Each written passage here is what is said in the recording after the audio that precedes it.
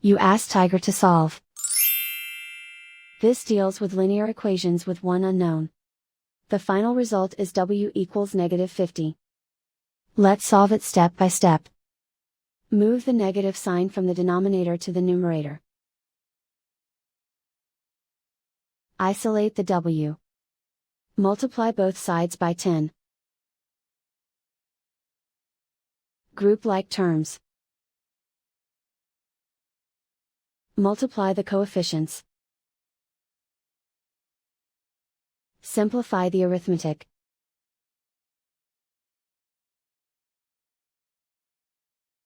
Convert the w into a positive number.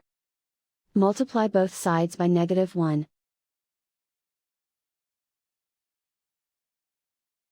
Remove the ones. Simplify the arithmetic. And so the final result is w equals -50.